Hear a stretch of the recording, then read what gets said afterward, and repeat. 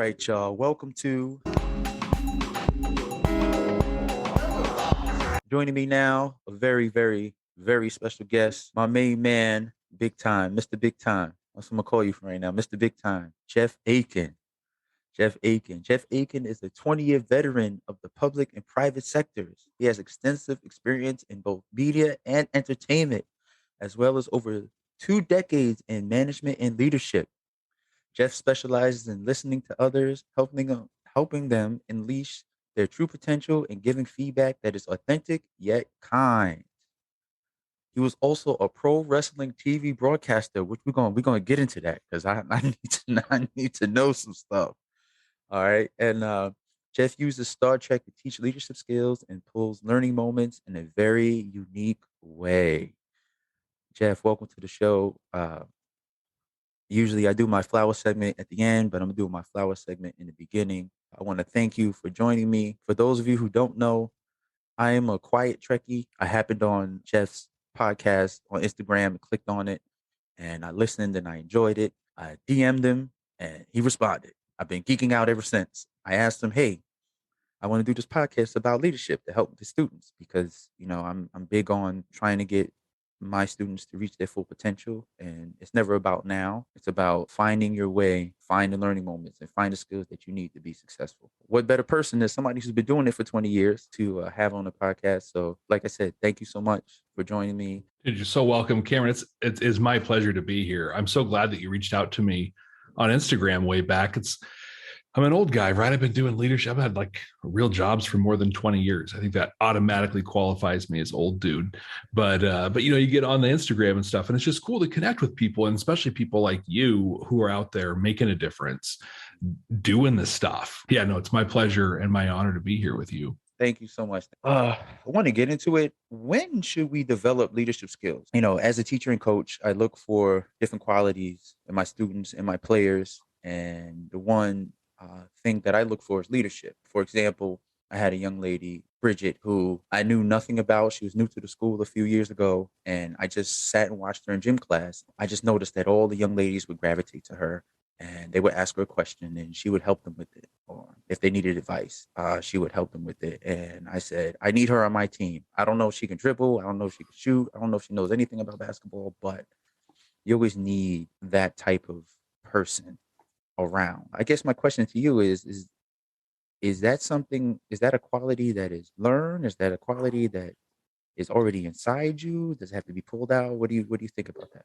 It's literally never too early to start developing leadership skills. I mean, as an infant, these are things that you can be doing. And we'll talk a little bit about what those skills are, because I think if I put myself in the mind of a lot of your students and you say the word leader, there are certain things that pop to mind, right? Coach, teacher, parents, maybe a minister or pastor in the community, things like that. But the reality is we work with leaders like our friends, right? Our leaders and, people within our families and our communities that just are regular people hanging out. But you asked, like, literally, you came guns blazing with a $20 million question. Is leadership learned or are you born with it? I think both, right? I mean, let's talk basketball really quick, right? Because we've all played with that kid before who can just pick up a ball and immediately knows what they're doing. Just born talent. They were born to play this great game. I think the same thing happens with leaders. There are people who are just born to do this thing. But we've also played with that kid who tripped over their own feet, right? Doing sprints and stuff, couldn't get it done, had trouble dribbling, really had to put in the work. There's the famous story of Michael Jordan, right? Who would shoot 100 free throws a day. And as he tells it, he'd miss, 90 of them for the longest time and then start doing more and more. And I think leadership is the same there as well. In fact, this is not always a popular thing to say, because I think, especially with younger people, being talented, right? You'll watch a ball player or you'll watch a singer and you'll just think, oh, they're so talented. There's so much talent. And how self-defeating is that if you're not talented, And really, how many of us truly are talented at a thing? It's a select few. But I think being talented, being born with it, it's almost a strike against you. Because if you're born as a leader, or if you're born as a ball player, or you're born as a singer or whatever, good for you. You're going to have super early success. You're going to stand out, and you're going to peak in the 10th grade when you made the varsity team as a sophomore. And then you're going to level out, because that kid who didn't make the varsity team in 10th grade, the one who built a work ethic, the one who knows they got to keep training, playing, practicing, or even as a leader, that person who kind of blew it as a manager, but keeps reading the books, taking the courses, listening to the talks, the TED Talks and things like that, and going out and trying, that person develops discipline and a work ethic that's going to bring them success as a leader, as a ball player, as a singer in the long term on there. So is it learned? Yes, I think both. As soon as you started saying work ethic, my spidey senses went off, because a lot of what happens is that, especially when we talk about the basketball realm, but I'm sure in any other realm, when kids are talented at something, they tend to believe they don't have to work hard, right? They think they have it already, okay? And it's a very big misconception. And as you say, you're right. Those are the kids that fall behind, because in 7th and 8th grade, that kid is 6 foot tall, running around all over the place and dunking, playing against 5'3" guys who've been working hard all their lives. And then by the time they get to high school, the 5'3" kid is now 6'4" with all the skills, and the 6 foot kid is just doing the same things because they leveled off. I think it's very important that you stated, like, the work ethic is key in developing. We're talking about leadership, but the work ethic is key. The day-to-day grind of everything is what makes a person. Literally, it's everything, right? We can talk all day about what is leadership, and leading people, influencing people, things like that. But the bottom line is it's having that work ethic. It's having the discipline to do the hard work. As a really quick story, a couple of years ago, I worked in an organization in their human resources department. And if you know me at all, that was a huge mistake, both for them and for me. I am not an HR person. Just too many rules for a guy like me. But someone that was working there wanted to get into management, and that's awesome. So let's do that. And so I'm talking to them, trying to figure out what their skills are, what their desires are. And they tell me they really see themselves as, like, an executive level manager, like chief executive this or chief operations this. And I'm like, well, usually people start at like supervisor or assistant supervisor. Well, I think I'm this thing. And really, it's like, you got to start at that kind of lower level, right? Because, and this is getting into some management, kind of stuff, but you got to deal with the person who's calling in sick and being way too detailed about why they're calling in sick, and then figuring out, how to deal with it. You have to do those things before you can get to that really high level of stuff. And when I was a kid, so I'm a musician, and a long time ago, I actually lived as a musician, made my money doing that, but then I stopped because I wanted to eat. So I got a real job. But when I was in middle school, when I really started playing in earnest, gosh, I remember hours just tapping eighth notes on my right hand, on my left hand, over and over again for hours. Stuff that would just mind numbing for me to think about doing now. But because I put that time in then, when I was in my 20s, I was able to go down to San Diego, super competitive music scene, and live for a year and a half just hitting stuff with sticks. It was great. But it's that work ethic, it's that discipline that matters. Whether we're talking leadership, whether we're talking basketball, anything in life, literally the most important thing. What does leadership look like to you? What does leadership look like to me? Leadership, and you kind of said it when you introduced me, but leaders are people that help other people unlock and unleash the best in what's inside of them. And that sounds great, right? That's a cool thing to put as like a subtitle on a book, or on a bio for somebody coming on to talk. But what that really means is whether I'm your supervisor at work, whether I'm your coach on the team, whether I'm your pastor, whether I'm an elected official, right? It's my job as a leader. What I do is influence people to do things beyond their belief in what they can do, to help them to be better. And I think that's actually counter to what a lot of people think when they first think leader. When they think leader, I think, and I'm just putting my own kind of bias out there, but people will often think of telling other people what to do. I lead because I tell them what to do. And I don't think that's true at all. I think that when a leader has to tell you to do something, they've kind of failed, or stuff's really bad. One of the two, right? In there. But generally, like, I should, as a leader, I should be creating an environment, like a culture that we work in, where you know what's expected, you're able to do it, and you're always doing it better. I think that's what leadership really is. Leadership for me looks like I gravitate more to people who are willing to stand next to me when stuff has to get done, as opposed to telling me what to do. It's easier for me to, get in the thick of things, right? To jump into stuff when I know you're beside me, right? Going through it with me, as opposed to somebody standing over me going like this. As a player, coaches who would do the drills with me, were staying by side, giving me the business, but were in the thick with me, I responded more to them as opposed to the coach who would just go do this now. Okay, go do this now.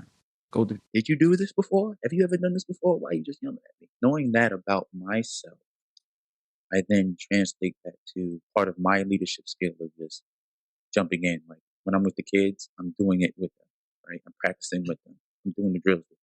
I'm on the sideline. I act more like a player than a coach at times. Sometimes that got me in trouble, but they know I care, right? Just like the person who's next to me, I know they care because they're with me, as opposed to like just having me do something. Yeah, I think it. Okay. I totally agree, and I think of two stories, because I think when I was in high school, I had a job washing dishes at a buffet, which was honestly one of my favorite jobs ever. Looking back, it was just great. There was no pressure. It was so fun. But it was Thanksgiving, and you can imagine a buffet on Thanksgiving. Well, maybe you can't, because I don't know what, I don't even think buffets are a thing anymore. But health and safety, no more buffets. Right, exactly. It's so sad. Maybe in Florida. For you kids out there who don't know what a buffet is, it was this magical place with just like miles of food, and you could just take it and eat it. Oh, it's great. But I was washing dishes, and I was, as a high school kid, I was one of the youngest people working there, and I was just getting overwhelmed. The dishes kept stacking up. And so the general manager of the store, his name was Jason. I'll never forget this guy because he was so great. He comes in, he's wearing a suit, right? And he's just like, Akin, dude, what's going on? I'm like, I can't keep up, man. These pots keep piling up. So he takes his suit jacket up, he rolls up his sleeves, and he starts scrubbing pots with me right away. Didn't even hesitate. And I was just like, I will follow this man to the ends of the earth, because he's the general manager of this buffet, and I'm doing literally the worst job in the whole place. Didn't hesitate to go side by side. But I also think about it in terms of a leader, a manager specifically, and even some coaches. We see this sometimes where they don't really have experience actually playing the game. It doesn't necessarily mean you can't coach or lead. Right. I have a person I work with, a pretty young woman who is brilliant, just one of the smartest people I've ever worked with. And she's in a position where she works between our business people and our IT people. It's not a great space to work in because these IT and business just oil and water. And she's in the middle of it. And we have people on both sides. Well, long story short, resulted in she filed a harassment complaint against some of the people in there. She's being treated horribly and very disrespectfully. She works for me, but I don't know her work. I couldn't necessarily do her job. But when she was in trouble, she was feeling harassed and filed the thing. I joined her, linked arms, and I'm like, we're doing this together. You're not going to go in there alone. And I think that's what a thing for a leader to do is when the people they're with are in trouble, you link arms and you stand there with them. When they're running, when they're playing in a game and things are going south, you're not just yelling at them, just try harder, do it better. No, you're there with them in whatever capacity you can. You kind of taking those lumps with, and when you can, for them. What should we teach kids at a young age to help find their inner leader? Humility. It's wow, right? Like that's the thing. So simple. So hard, difficult. I'm It, gonna it let you talk, but it's difficult. They dude, difficult. it's one of the hardest things ever. And I think especially for young children, and earlier I talked about how, I mean, it's literally never too early to start teaching leadership skills. Mhm. And what's hard with a kid, right? And we won't talk about the science of it, but like your brain literally and your ego and your personality develop in a way where humility is not really part of the equation for you, up until really, I don't know, maybe, well, gosh, for some people, their 40s or 50s. Wait, we still Uh, ain't got it. Okay, go yeah. ahead. But really, it's a thing you can talk about and start developing really in like, early grade school ages. I have a 6-year-old daughter who's just best person in the world, right? I'm not biased at all there. I think she's great. But she's 6, she's in first grade, and she'll do something great. And she's like, I did this thing. Look how awesome I am. And it's like, yes, you are awesome, but who helped you do that thing? Who can you help give credit to on there? You don't want to take anything away, right? She did that thing, and we're going to celebrate her doing that thing. But I think having the humility to be able to understand that anytime a light is shown onto you, I feel like it's our obligation as a leader, right? And this is the skill we develop as a leader, to take that light and reflect it on somebody else. Because the thing that this just is mind blowing for some people, when you're young or insecure or have low self esteem, what I just said, but reflecting that light onto somebody else feels like you're going to lose something. Um, if I reflect it on somebody else, then I'm not going to get the credit. They're not going to know. But here's the weird thing: the way the human brain is wired, not only do you still get the thing, but you get more of the thing, right? Because not only did you do the thing, but you're also using that moment to highlight somebody else. We see this a lot, like in Oscars acceptance speeches or MVP, of a Super Bowl or something. First, you hear this all the time, right? First, got to say, thank the Lord Jesus Christ, my Lord and Savior, first and foremost. That's always good. Then I want to thank my mom, right, for this, or I want to thank my uncle so and so for this. It's taking that moment to acknowledge we as human beings cannot do anything on our own. We got to do it together. And so I think that at a very young age, we can start doing really little things to start kind of developing the seeds, so that when the ego and the identity develop to a point, they're like, oh yeah, I got this humility thing dialed in. I got this. That's something I had to learn at the Division 2 level, right? Is if you lose your job. For me personally, it was a lot of, well, we lost because you guys didn't. Da, da, da, da, da. Translating that to the younger kids, you guys lost. You didn't do. Then I had to learn, like, wait a minute, they didn't do because I didn't teach them. They didn't do because I didn't give them enough time. They didn't do because they didn't understand. And coaching has actually taught me that humility, because over time it became, if we won, they won because they worked hard. If we lost, as a leader, I didn't prep them enough. That's something over time that I had to develop. Where now I'm like, they won the game. They won the game. They came to practice at 7:30 in the morning. They stayed till 5 o'clock. They're doing what they got to do in the classroom. They're doing it. They're just, I'm giving them the information. It's up to them to process it. If they're not processing it, good. If not, I have to deliver the information differently.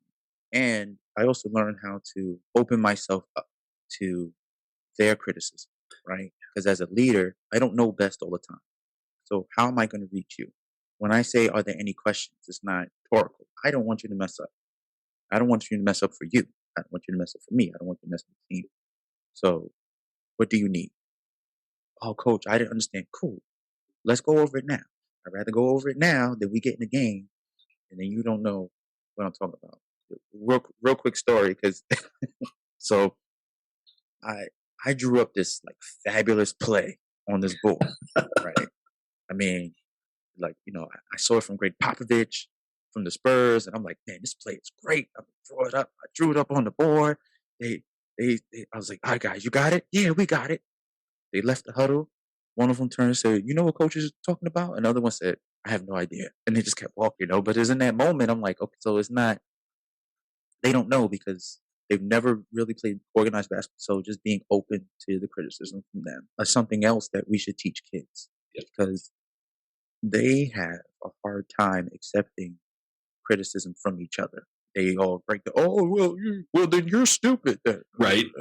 Right. In those moments, we can't We can't be, oh, it's okay. It's like, no, listen to what they're saying. Okay. We have to give your friend the proper language to express, right? That's the other thing, right? You have to give your friend the proper language to express what their issue is. So then we have to meet as a group. Because then once they sit one on one without others around, their embarrassment is big, right? Once they sit one on one with others around, they're able to like really suss things out. They're like, oh, this is what you meant. Yes, this is what I meant. Okay, now let's do things moving forward. So we have to teach that skill as well. We want information, but now also being able to receive information is also a skill I think we need to teach them now. I love that. I had a mentor many years ago told me about trying to remember the saying he said, but it was something like, in every pile of manure there's a diamond waiting to be found. It's just a question of how much manure are you willing to dig through to find the diamond. And he meant that around feedback, right? Because I think a lot of people don't have the language to offer feedback in a constructive and helpful way. And then a lot of us also don't have the openness to accept. So even if somebody does come with the right language, it's our natural state, I think, to get defensive, right? Someone says, hey, it was really great when you went out and did this thing. I think it'll be better when you do it this way. And they're like, dude, what do you know? Right? I was blah, blah, or I'm tired. I've been whatever. No, just be like, wow, thank you for that feedback, and it's great. And I think like there's just, if people have the ability to start just kind of assuming positive intention, like so we finished a play, we finished a game, whatever, and you come up as a peer and you give me feedback on there, even if it's not in the best language. This is the ability you're talking about to teach, right? I have to have the ability to stop, assume that. Actually, another great saying that a good friend of mine had was, you handed me a gift with feedback here, but the gift was wrapped up in sandpaper. So like I had to rip through sandpaper to get to it. On the side, we're going to learn how to wrap this with regular wrapping paper that looks nice and is, pretty instead of gritty and hurts like sandpaper. But thank you for the gift of this feedback in there, man. Thinking about you, and there, you're so right. When someone wins, that's them. When they lose, that's us as the leader or the coach. But having that humility and the ability to accept feedback by saying, look, we went out there, you played hard, you gave it your all, you did the best you could. I failed you. That's why I lost, right? Is because I didn't give you this, I didn't give you that.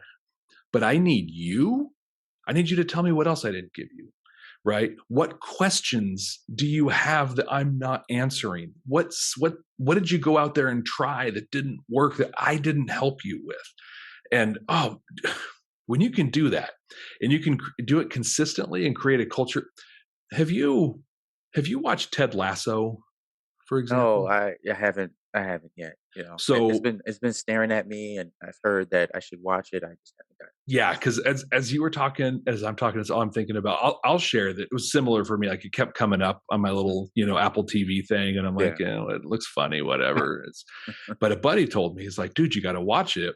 It said it's basically a show about you if you coached soccer. So I watched it, and I think it was the third or fourth episode. And knowing you as I know you, I was literally in tears.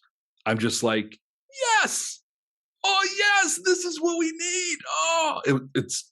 I think, it's a great show because this is what he does. And he walks into a locker room where people are sniping each other and they are cutting each other down. And he creates this culture of humility, offering and accepting feedback. And so good. So good. Everybody, Ted Lasso on deck. Okay, go and get that done. Being a young person is not easy. Right. It wasn't easy when I was young, when you were young. I think it's even harder now. And I think most young people don't have a lot of people telling them that they can do great things. They don't have a lot of people trusting them to go out and do stuff. Right. And so when you as a leader, whether you're a peer, you're a coach, whatever, could trust somebody, dude, you got to handle it. I know you're going to make the right call. You literally just turn that person into a superhero. Like, they become unstoppable. So why do you think compassion is important in becoming a leader? if you had asked me this question 20 years ago, gosh, maybe 5 years ago, I would probably, I mean, I wouldn't tell you this, but conventional wisdom would tell you compassion isn't important, right? We're here to do a thing. And if you can't do it, you need to suck it up and rub some dirt on it and get back out and do this. That's the world I grew up in. I think existed until pretty recently. But I think now compassion is everything, because I'm going to quote a good friend of mine, John Rennie. He's an author, best-selling author, who was he's a chief engineering officer on a submarine, and he's built a whole business around teaching leadership lessons from what he learned in that. But John Rennie says that leadership is a people business. And if you don't like people, get out of my business. And so I think compassion is important because it's a people business. And I can't help but go back, to almost 2 years to March of 2020, when the world started reacting to COVID-19, and my job as a leader changed completely. Everybody's did. Your job changed completely, right? As a teacher, as a coach, anybody listening, your parents, all of our jobs changed. And I went from, in my day job, being an executive level manager, making these big money decisions and things that sound really cool, but actually are kind of boring. It went from that to spending one-on-one time on Zoom with people that I worked with, just hearing them pour their hearts out about how they were afraid, how they didn't know what was going on. And I'm not a counselor, right? So I just listened. And I'm sorry to hear that. That's interesting. Tell me more. My job became listening and having empathy and compassion for people. And it'd be really easy for me to stand here and tell you that, then we got that, we dusted ourselves off and we got back to work and things were fine. But we didn't. What we did is we learned that by being compassionate as leaders, people liked coming to work all of the sudden. The work they were doing was of higher quality. Everything was better. Our bar just raised. And so I think we have now almost 2 years of hard objective evidence that the old style, of just suck it up and get back to work, kid, doesn't work. Empathy, compassion, these are the things that matter. And I can go down the list, right? Empathy, compassion, humility, the ability to accept feedback. And really, I think I'd be remiss if I didn't talk about emotional intelligence, right? And how compassion is a part of that through empathy, but also the awareness of our own emotional state and our ability to regulate it, the ability to express ourselves socially and to use that to motivate ourselves and others. Like, gosh, I mean, we literally could do a 3-hour interview on compassion alone. Funny story about that, right? Well, I had a kid. He was in 4th grade at the time, and he is getting, I mean, they're fouling the mess out of him, and the ref's not calling foul. He is having, he is breaking down. He's having a moment. So I kind of, I call time out. Put the kids to the side. I pull him over. I said, listen, you're going to go to the end of the bench. You're going to sip some water. And you're going to decide if you're going to get back there, out there or not. But I understand they are, this is the acknowledgement, right? I know they are fouling and it's not fair. And you're frustrated. So either you're going to play through the frustration or you're not. This is your moment to make that decision. Right? And he's kind of 4th grader looking at me. So he goes, he sips water, right? And then he comes I'm ready. He goes back out there. They butchering him. He's throwing elbows. I'm like, okay, he's fine. Because instead of just breaking down, he's kind of having a little fight. Fast forward. Now, I had him in 8th grade. He's a starter on my team. Blue guy, reliable, tough as nails on the floor, and I was related back to that moment. When things got hard, he made a decision not to back down. But it's the compassion. I think the compassion part of it is the acknowledgement of what's going on. Because very rarely we don't acknowledge the hurt. We don't acknowledge the pain. We don't acknowledge the frustration. We just say, all right, just go out and do this thing, right? Go out and perform. Okay, I think what I like to always do is listen, it sucks, it's hard, you have to do it, and I have your back. What's your decision? I understand either way, you know? But once they realize that you've acknowledged it and you've made that connection, they're more willing to, like you say, production goes up, right? They're more willing to put themselves out there to do it. So, like you said, you do a 3 hour thing on compassion. And, Well, I think about it. I think about it like in that story. I think about it like an investment, right? mhm. And so we can talk about developing skills or training or learning, but let's talk about investing, for a minute. And when I say investing, people think about money and rich dudes. I invested in this and I got this dividend and I blah blah blah. But the thing is, those investments work in people as well. And so, in fourth grade, 4 years ago, you made a tiny investment in that guy, and you're just like, and that investment is going to be my timeout, right? I'm going to burn a timeout, bring the kid in, and I'm just going to acknowledge his feelings. Dude, this sucks. That's not fair. It's awful. Go over there, take some time, and make a decision. It's a tiny little investment, right? But that investment, you're now reaping the rewards of that, where you've got a reliable person, a starter who's out there doing what he's got to do. And I think that happens across the board with people. We all find ourselves in a tough situation, whether it's on the court, the field, in school, classroom, family, anywhere. And if somebody just literally 2 minutes, invest 2 minutes and just say, I see you. I understand that this hurts. I can't fix it, but I understand. Go do you. You're right. And I'll cover for you. I'll do whatever I got to do. And just it's so tiny. It's so tiny, but they're going to be better off for it. And you never know, right? That person could be the person who steps up for you someday or something. I think we talk about how, again, when should we start working on leadership skills? Immediately upon someone being born. And part of that should be teaching about investing in other people. Time, compassion, just little tiny investments that pay off big time. Another story, I had a kid, all the ability in the world, like I just saw it. But it's just, the belief in that ability, the belief around him. So he would, turn the ball over all crazy. And then I pull him to the side. I said, "You're a good player now. One day you're going to be a great player." And he's just kind of looking at me like, "What are you talking about?" What are you talking about? But over time, he started to see it and understand what I would tell him. His last year with me, it just like exploded, like it just oozed out of me. There's the great player. Just Yeah. that little thing.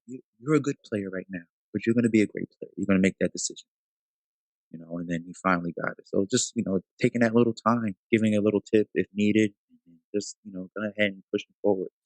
And I think too, as a leader, sometimes we got to be the realistic person in there too, right? You're a good player. You're going to be a great player. But what that difference, good and great, is showing up, putting in the reps, doing the practice, right? Having that reality check. But then, like we said earlier, linking arms with them. And you're also at practice. You're also there, doing this stuff. But I can't help but think about like how amazing it is, though, when this thing we're talking about, this investment in people, showing compassion, planting seeds, kind of in people, how amazing it is when this can happen amongst peers, right? So great, coach said this thing about me and then coach was there for me. That's great. That's awesome. And that's what a coach should be doing. But how cool would it be if the team was doing that for each other? And I think you and I had a conversation on Instagram a while ago about like, why can't people be competitive but still be supportive of each other? And so like if we're on a team, let's say, I don't know, I'm second string, so I'm sitting on the bench and I'm waiting, but I know I can outplay you. I know I should be out there starting. The difference between the two things is maybe whoever's out there starting just, I don't know, has something I don't. Well, what if that person, instead of me, right, going out and being like, yeah, well, of course you did it. Coach likes you better. Coach spent more time with you, or coming up with excuses and turning myself into a victim. Instead of that, what if I went up to you and I'm like, Coach, look, I want to start. What can I do to help make this happen? Or what if I went to the starter and I said, dude, you're great. I love watching you out there. I know I can do better than you if you help me, right? And if you help me, we can all be better in that thing. I think, though, that we get in this I talk a lot in work and life about mindsets, right? How do we perceive the world around us? Some people will say, "What's your filter? You know, what filter you've seen things through?" I like to put my mind in a mindset, and you can come from a place of abundance, or you can come from a place of scarcity, right? Where I can believe that there's one starting position and that belongs to one person, and I have to climb and crawl over every body and every person to get that. That's scarcity. Or I can believe, wow, there's 5 starters on this team. How cool is that? There's one at this position, but what if we had multiple people who were of the ability to be a starter? And what if we made coach's problem he had to name one of a starter, right? And, and it wasn't obvious. I can come from that place of abundance where we can all do great and do well. And a big part of that is all the things we've been talking about, right? Having the humility to know where I need help, being able to offer and accept feedback, and then really, God, just being able to compassionately go up and either give feedback to somebody else or say, "Look, you're so much better at this than I am. I saw you do that thing. It was amazing. How did you do it? Help me out." And so we just spent a couple minutes talking about the magic of a coach doing that for some of their team. Man, what if a team did that for a team? Could you imagine? Oh, that's the good stuff. What I took for granted was the guys I had from 3rd grade all the way to 8th grade. They knew each other. They were in class with each other. They would practice with each other. So that camaraderie, that willingness to break the ceiling of correcting each other and not being fearful of ridicule from their friends because, it was about team.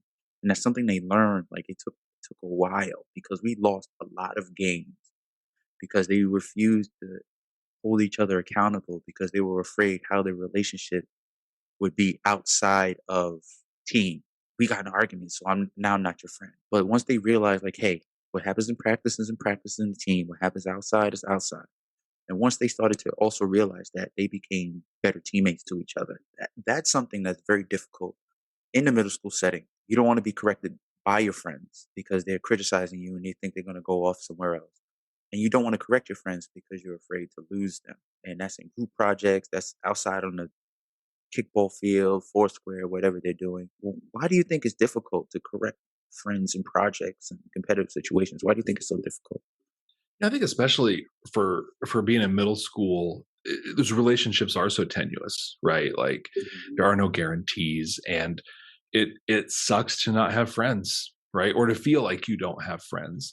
Because I think the end of the story that you and I know that people in middle school don't necessarily know is that, yeah, you're going to not be friends for like 3 days, maybe 3 weeks, maybe 3 months, right? Shoot, maybe a little longer than that, but it's not necessarily forever on there. And gosh, like how cool would it be to be able to say, "Hey, remember, 3 months ago we got in that big fight and whatever. Actually, I'm sorry and thank you for telling me that thing. Somebody needed to tell me, and you're a real friend, so you told me about it, right?" I mean, that'd be great. But I think it's hard just because, I mean, God, nobody wants to be told they didn't do a good job. I mean, it's that simple.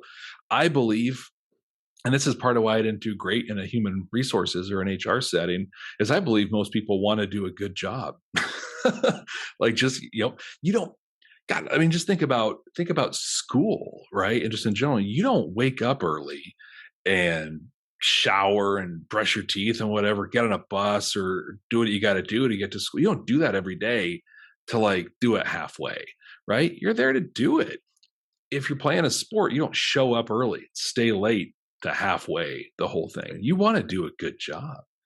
And so when someone comes up and they say, "Hey, that wasn't good," that hits the core, right? And here's the other rough part of the story that you and I know that people in middle school don't know. That doesn't stop. You're gonna feel that forever. And really it's that mindset piece and being able to know that, like, God, a quick story. This might lead us into some of the pro wrestling stuff in here. Huh? Yeah, So yeah, yeah. yeah. We're So we're flowing. I'm good. We're good. good, we'll do it. So I worked in pro wrestling for a long time. And when I say pro wrestling, just so everybody knows, the WWE stuff, you might think it's fake.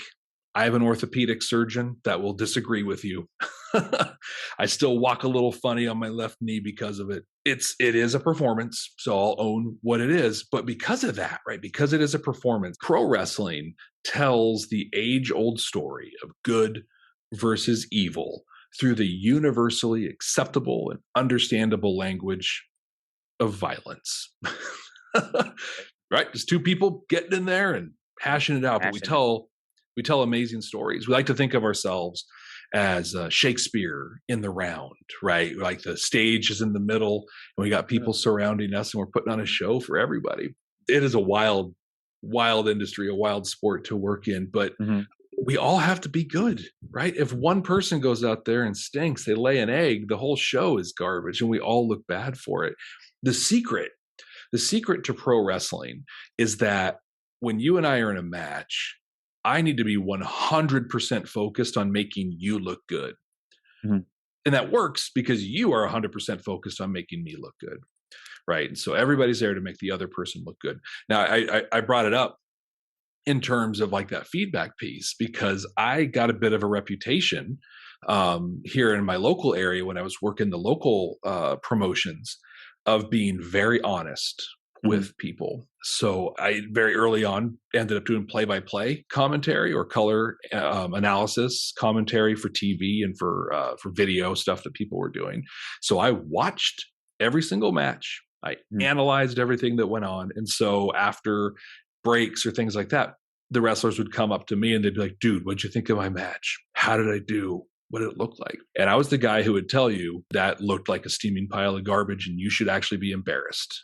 But I would always follow it up with, and it was horrible because we talked about, we wanted to see this. I know you're capable of doing this, and this is what actually happened. Here's where you missed. Next time, if you do these things, I think it'll be better, right? So I'd hit him with just brutal, horrible honesty. Now, I'm not telling you that's how you should give feedback. It's a very unique industry. Right. You want to be honest, right? But people, you don't need to be that brutal. Don't tell people they were a steaming pile of garbage. That never feels good. Please don't say that. Please don't. Children. Please don't it's not good. It's not good at all. But it's okay to say, and this is a great feedback model that you can use to help until you use your own words for it. But you can say, you were out there and it was good when you did this and this, but I really think it'll be better when you do this and that. So it was good when, it'll be better when on there. But I would give that really brutal feedback to people on wrestling. And one of two things would happen. They would listen, right? And then the next time they went out, they'd do a better job and they would continue getting booked. They would stay on TV. These things would happen. Or two, they wouldn't listen because who are you to tell me? Right. What I'm doing, whatever, and then they'd go out again. They wouldn't do good. They would stop getting booked, and then fade off at TV. You answered the age-old question: is it real or fake? I grew up watching Shawn Michaels and Stone Cold and The Rock and stuff. So yes, I watched wrestling too. Yeah, everybody watched wrestling. Leave me alone. Yes, I did it. Everybody does. Everybody. And if you didn't, you're lying, dude. When I started, I used to work at the movie theater when I was very young, and on my original job application, I told them I wasn't available Monday nights because that's when Nitro and Raw were on. Nitro and Raw, right? Yeah. Right. Booker T, Razor Ramon. I love that model. I'm gonna highlight that model that you just stated. Can you just say it one more time? The model. That was good when, it'll be better if. Right? Or better when. It was good when you did this. It'll be better if you do this. That model does a couple of things, right? At the end, it gives feedback to make a thing better, which is good. That's what we want to do. But by starting with saying it was good, that forces you as the observer or the criticizer, and I say criticizer not in the negative way, but in the like formal, I do a critical analysis sort of a thing. But as the criticizer, it forces you to find something good that's happening. And here's the thing, right? If sticking to basketball here, if somebody shows up, laces up, and gets on the bench, they have done more than most of the human population has ever done. So that's good. It was good that you showed up. It was good that you prepared. It'll be better when you actually do the play like Coach said. Right. That's one thing I'm big on. And I tell my kids all the time because they're like, oh, yeah, I suck today. I said, okay, We didn't play as well as we wanted to. But understand something. You can hide if you can't write. You can hide if you're not a good reader. You can hide if you don't do well at math. You cannot hide as an athlete. Your athletic ability is out for everyone to see. So the fact that you're on this side of the line, willing to put yourself out there for everybody to see and criticize you, you are levels ahead. Yep. So please keep that in your mindset anytime you get frustrated with yourself. Like you're putting yourself out there to be criticized. That's why a lot of kids now have difficult time in gym class, right? Because when in English they can like in math they can fake it. You can't fake it. Like you're in front of your friends. If you can't throw or you can't run or you can't, that it's revealing, right? Yeah. You're out in the open. So I just tell them, like, so don't feel completely out of it because you're leaving yourself over in criticism. And the people who are heckling you the most wish they were confident enough to come on this side. In pro wrestling, we have a lot of traditions. And I'll be really honest, I feel like a lot of those traditions are dying right now. So people watching AEW and NXT and stuff like NXT, not as much, but there's a lot of the traditions that are, and I think that's a disservice to what it is. That's an aside. But we do this thing, or did this thing that was really powerful for me. And you'll see it sometimes, especially if you go back and watch some of the Stone Cold Steve Austin Rock stuff. Before people step into the ring, they wipe their feet. So they get up on the apron of the ring, kind of wipe their feet and get in. It's a real small thing, but it was symbolic in that we all carry baggage. We got a lot of stuff that we have with us, but when we step in the ring, the squared circle, right, as we called it, that's sacred ground. And we don't take that stuff in there. Go through the symbolism of wiping your feet before stepping onto the court. But that hardwood is sacred ground, right? And you're going out there and I almost want to do the math here because I think it will blow people's minds when you think about how many people there are in the world. Let's just say how many people there are in the United States. You could even just say how many people are in New York and how many of those people have laced it up and gotten on the hardwood and competed in basketball. It is a small percentage. Now, I'm not saying this to say you're better than anyone else or anything like that, but you're doing a thing most people have never done, will never do. And I know this better than most in wrestling. Dude, people, they're on the keyboards, right? This guy, I was working for a company. We got an international TV license. We were on Pop TV, and I was the color commentator for the company. It was great. Like I got flown places, right? Put up in hotels. It was living the dream. Lasted almost a year, and then they ran out of money. The first episode we did aired. So I go hit, the internet. Oh my gosh, what do people think? First thing I find, Jeff Akin is the worst color commentator in the history of pro wrestling. And I was like, wow, that hurt. And then I thought this, but wow, somebody took the time to write my name and say something about me on the internet. I wonder how many people have ever wrote that person's name and said anything about what they've ever done. And then I felt pretty great about what I did. It goes back to the mindset, right? I could take this as, something negative, or I could say, oh, wait a minute, somebody actually looked at it, took the time to write something, right? Which means I put myself out there and they're criticizing me. So I'm headed in the right direction, right? That's part of your struggle to finding the next thing that you want to do, right? And that's important. I think that's very important to realize that if it's starting to get difficult and the struggle is starting to pick up and people are starting to criticize you. I don't know if you watch the Boondocks. Yep. Oh, you watch the Boondocks? Oh yeah. Okay. So when Riley goes, if they're not hating on you, then you ain't doing it right, or something to that effect. And then his brother goes, you know what? In a weird kind of way, kind of correct, So. Well, I think it was Obama who actually said something similar that just really hit me, where he's like, if you're making everybody happy all the time, you're not doing anything. You're not doing anything. Exactly. I want to talk about the importance of being a good listener and learning before you try to lead. So I want to start with kind of a pro wrestling analogy on the importance of listening. When you're first breaking into the business and you're in the locker room, as much as the ring is a sacred space, the locker room, for as gross and smelly as it often is, is kind of a sacred space too, right? That's where we form our relationships. That's where we begin to trust each other. And it's where we kind of plan out what we're going to do for stuff. And we have a rule in there that basically lines up to you've got 2 ears and 1 mouth, act accordingly, right? We also would sometimes say, shut your mouth and open your ears, kind of a thing. The key being that when you're in the locker room, there's you who's been in the business for 6 weeks or 2 years or whatever. And then there's the guy sitting over there who's a 30-year veteran who used to be on WWE TV and has, kind of worked his way up and is doing the thing, is now he's working his way back down. And everything that comes out of his mouth is gold. And you're going to learn so much there. And that applies to absolutely everything in life. You don't learn a thing by talking. Nothing. When you're talking, it's all going out.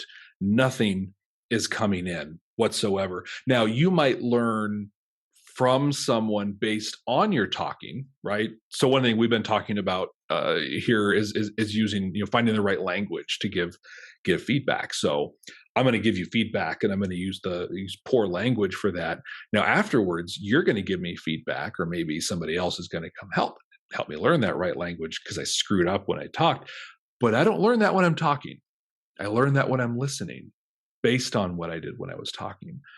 And so when we talk about listening, it's not just about us learning. That's such a big thing. It's also when we talked about compassion earlier.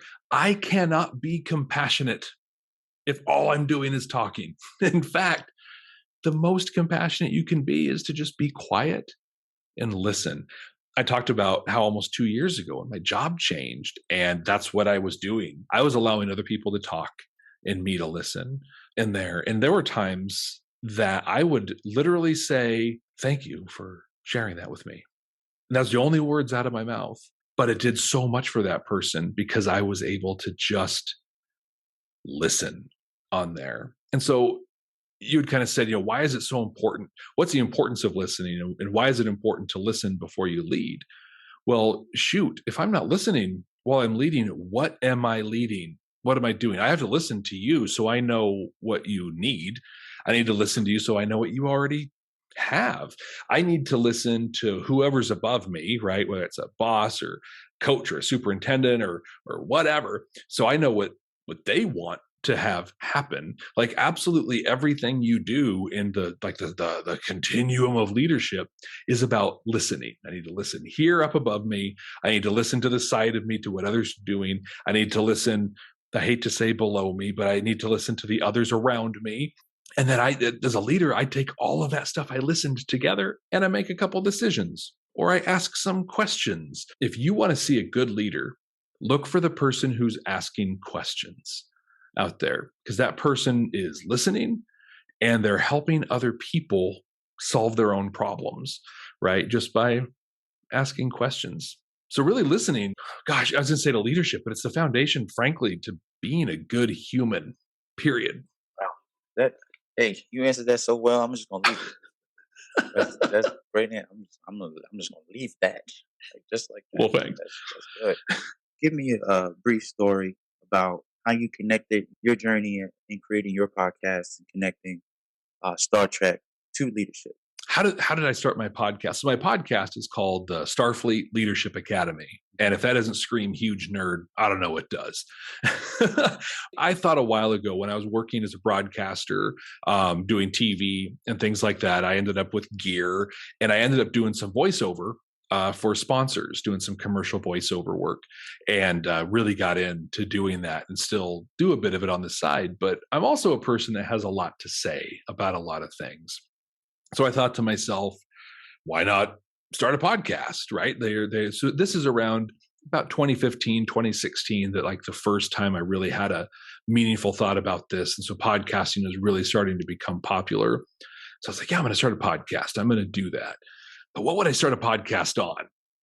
And so I kind of go down the list of things that are important to me. And I'm like, leadership? Well, no. I mean, Tony Robbins has a podcast, right? It's how I think that space is pretty good. How am I going to compete with the great people that are already out there? Then I thought about music, right? Oh yeah, I'll do a music podcast. That's a lot of that. I thought Star Trek. Well, that's a niche that is quite full of mostly garbage podcasts. A lot of really great ones, but I mean, just so many that. Oh yeah, a lot of podcasts. The world does not need another Star Trek podcast. So like, I don't know. Well, I'll put that on the back burner. The whole idea of a podcast, whatever. Then one day I'm at work and I get a new work assignment. There's a program in the organization I work for where the leadership was all removed for having created a hostile work environment, open discrimination suits, and just not a great place to work. So they wanted me to step in and just kind of manage it in the interim while they did an investigation.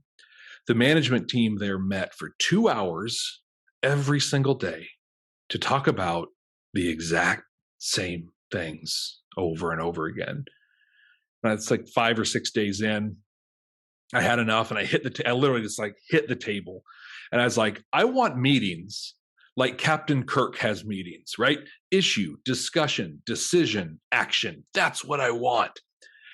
And that's what I started putting in place. But then the light went on, and I'm like, I wonder if like there's other great things in Star Trek around leadership. So I went home and did what I do most of the time when I went home, and I was watching Star Trek, and I saw all these little nuggets of great stuff. And then the two came together, right? It's like when the chocolate guy and the peanut butter guy crashed into each other, and Reese's, peanut butter cups were created. Star Trek and leadership. So I go on to the podcast. I'm like looking up, there's no other podcast doing this thing. I think this is my jam. And that's how the Starfleet Leadership Academy was born. To this day, now I've been running a year and a half, releasing a new episode every other week, where I watch an episode of Star Trek, I pull out leadership lessons, life lessons, professional development, communication, whatever, and then try to teach those and share those in like a fun and relatable way. Because I think what I really have tried to avoid with everything I do is if you go online and you look up leadership development, you're going to see a bunch of stuffy old white dudes wearing a suit talking really seriously about their matrix for this or their foundations of that. And it's all good. I mean, there's a lot of great stuff in there, but also like, I don't have the memory for 24 irrefutable laws of stuff. I need like 4. Like, give me 4. So my whole thing is like, I just want to be a dude sharing stuff in a fun way that people can put into practice immediately. And heck, I get to watch Star Trek for it too. So, I mean, what's wrong with that? So then the Starfleet Leadership Academy was born, and then you gained stardom. I'm gonna call it stardom. You're a star in my eyes. Gain stardom. I'm fanning out completely. I got Jeff Akin on here, but it's something that, like I said before, it's something that I appreciate because it's not some stuffy guy telling me that 15 laws of da da da da, da, or you got to do this and giving me lists. It's something that I listen to that's enjoyable, something that I can relate to. Uh, I have to go back and listen to some of the previous episodes, and I just started listening a few months ago. But the episodes you've touched on, most of them I've seen, and just giving me a fresh outlook on things is important, right? They tell us as teachers that you have to go to professional development to not necessarily relearn, refresh yourself. What your podcast has done for me is giving me the tools to feel confident about what I'm doing and actually be like, oh, okay, I do that. I want to, like I said, I want to thank you for that, for giving me, offering fresh perspective to me and making it interesting. And I encourage everybody else to go out and listen. Yeah, even if you're not into Star Trek, I think the skills learned, the messages are very clear, very relatable, very understandable, and hey, you might even get into Star Trek a little bit because you do make it interesting, you do make it comical, you do make it funny, and that's something else I appreciate. Like when you started talking about Neelix, I was like, you know what? I'm glad I'm not the only one that I can't stand him. So I'm like, why is he always stressed? Always stressing out about something. And it just bugged me. It just bothered me. So listening to that episode, I was like, thank you. Yeah, Janeway should have just slapped him. But she didn't. She maintained her composure, which is cool, right? In key situations, no matter what's going on, no matter how crazy it might seem, you still must keep your composure as a leader, even when you got to call someone out. Their nonsense. Right. It was so cool. I love that scene so Yeah. much because Neelix is the worst. And sorry if you're not into Star Trek, you Right. hate this part, but Yeah. but still listen because there's a point. It's good. But Neelix, like his literal job is the morale officer. He is there to help keep people feeling good. They're in a really tough spot, and he's like, "Well, I don't think we should do this. I don't," blah, blah, blah, blah, just complaining. But here's the cool thing: Janeway, like you said, she doesn't smack him, doesn't whatever. She just shuts him down. She's like, "Nope, this is what we're doing." Right? Boom, and is cool about it, but doesn't let him like spin out of control or anything. It's just I loved that episode and that scene so much because you're right. Like Janeway was just this, I mean, textbook perfect leader that if you're just watching the show, you're like, oh, Neelix is boring. That he's annoying, whatever. But because I watch it and I take the time to pull that stuff out, I'm like, no, look at this way. Right. And see what she said, how she said it, why she said it. And that's a thing, right? That like you at work every day in the classroom or on the court, you can put into practice right away. All right, y'all. That is a wrap.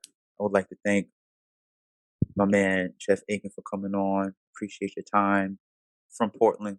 Please look out for Starfleet Leadership Academy. It's on Apple Podcasts. It's on wherever you get your podcast. There's Reason, there's Spotify, there's all types of craziness that I've even found out that I'm on that I didn't even know my podcast was on.